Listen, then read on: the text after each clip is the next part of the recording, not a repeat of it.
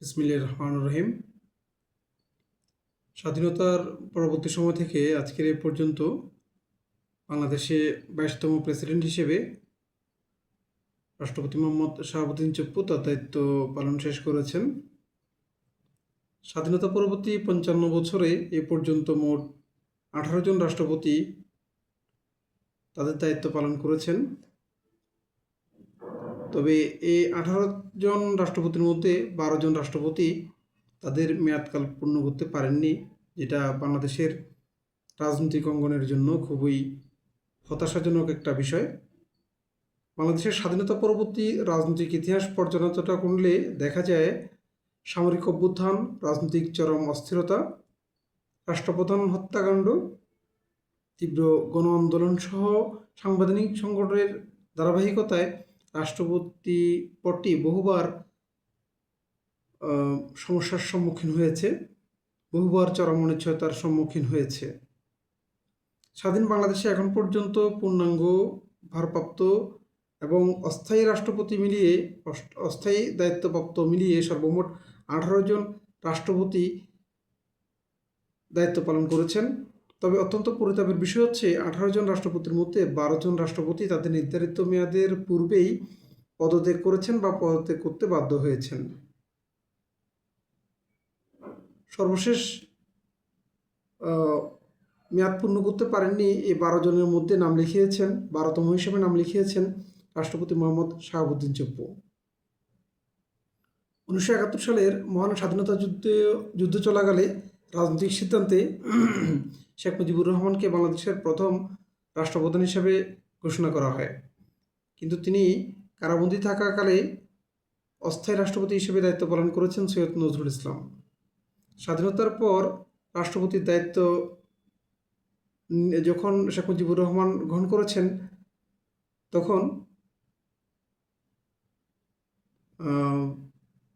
যখন রাষ্ট্রপতির দায়িত্ব শেখ মুজিবুর রহমান গ্রহণ করেছেন, তখন অস্থায়ী রাষ্ট্রপতি সৈয়দ নজরুল ইসলামের মেয়াদ শেষ হয়নি।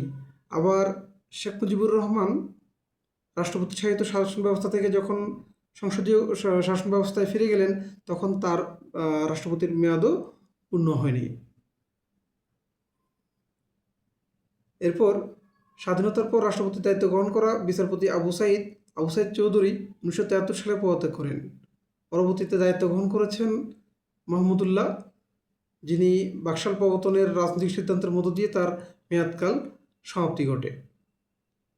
1975 সালের 15 আগস্ট সপরিবারে শেখ মুজিবুর রহমান নির্মম হত্যাকাণ্ডের শিকার যখন হলেন, তখন ক্ষমতায় আসা খন্দকার মোস্তাক আহমেদ মাত্র 81 দিনের মাথায় তিনিও ক্ষমতাচ্যুত হন। তার পরবর্তীতে আসা বিচারপতি আবু সাদত মাহমুদ সায়ামও দেশের তৎকালীন সামরিক বাস্তবতার মুখে পড়ে 1977 সালে পদত্যাগ করতে বাধ্য হন। এরপর সিপাহী জনতার বিপ্লবের মাধ্যমে ফ্রন্টলাইনে আসা শহীদ রাষ্ট্রপতি জিয়াউর রহমান রাষ্ট্রপতির পদ সামলান, কিন্তু অত্যন্ত পরিতাপের বিষয়, কিছু বিপদগামী সৈনিকের নৃশংস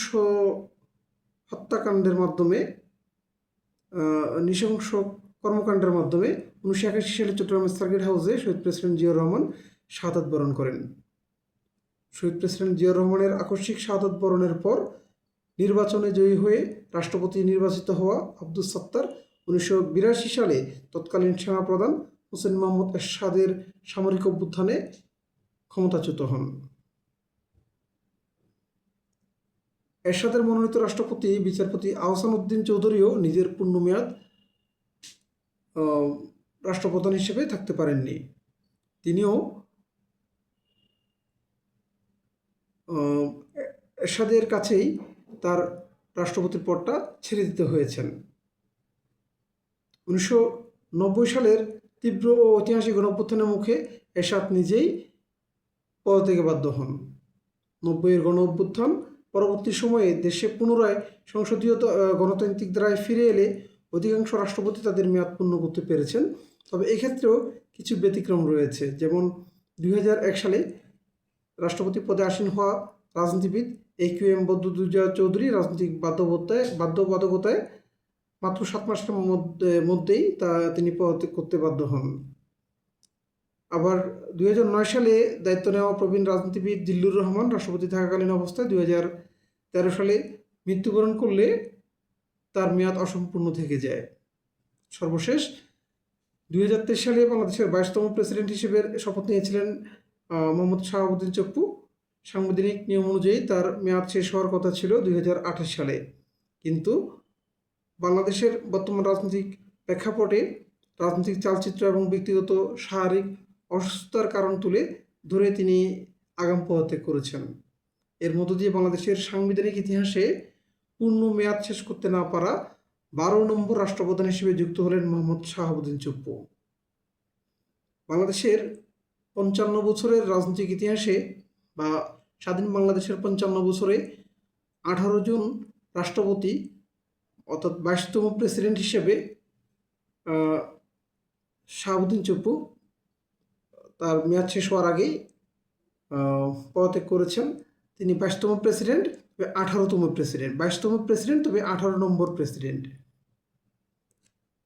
যিনি পরবর্তী 23তম প্রেসিডেন্ট হিসেবে অর্থাৎ 19 নম্বর প্রেসিডেন্ট হিসেবে রাষ্ট্রপতি এর পদ অলঙ্কিত করবেন, তার জন্য অগ্রিম শুভকামনা জানাচ্ছি। অগ্রিম শুভকামনা জানিয়ে আজকে এখানে শেষ করছি।